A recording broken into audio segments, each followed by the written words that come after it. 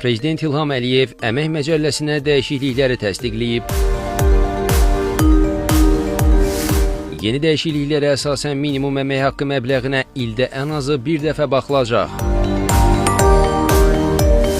İqtisadçı Eldəniz Əmirov deyir ki, qanuna əlavə edilən yeni bəndlərlə artıq minimum əmək haqqı məbləğinin müəyyənləşdirilməsi sadəcə ehtiyac yarandıqda deyil, qanunla tənzimlənən mütəmadi bir prosesə çevrilir. Bu dəyişiklik isə təkcə ən aşağı maaş alanların yox, vahid tarif cədvəli üzrə ödəniş alan 700 minə yaxın vətəndaşın gəlirinin hər il yenilənməsi deməkdir. Qarşıdakı dönəmlərdə artıq ildə bir dəfədən az olmayaraq ölkədə minimum əmək haqqının səviyyəsinə baxılacaqdır. Bu baxılma artacaqdır və yaxud da azalacaqdır və yaxud da stabil saxlanacaqdırla bağlı birbaşa fikir deyil. Sadəcə olaraq prosesə baxılacaqdır, qiymətləndiriləcəkdir və mövcud qiymətləndirmələrdən sonra artıq təkliflər hazırlanacaqdır və təkliflərin hazırlanması fonunda yekun qərar qəbul ediləcəkdir.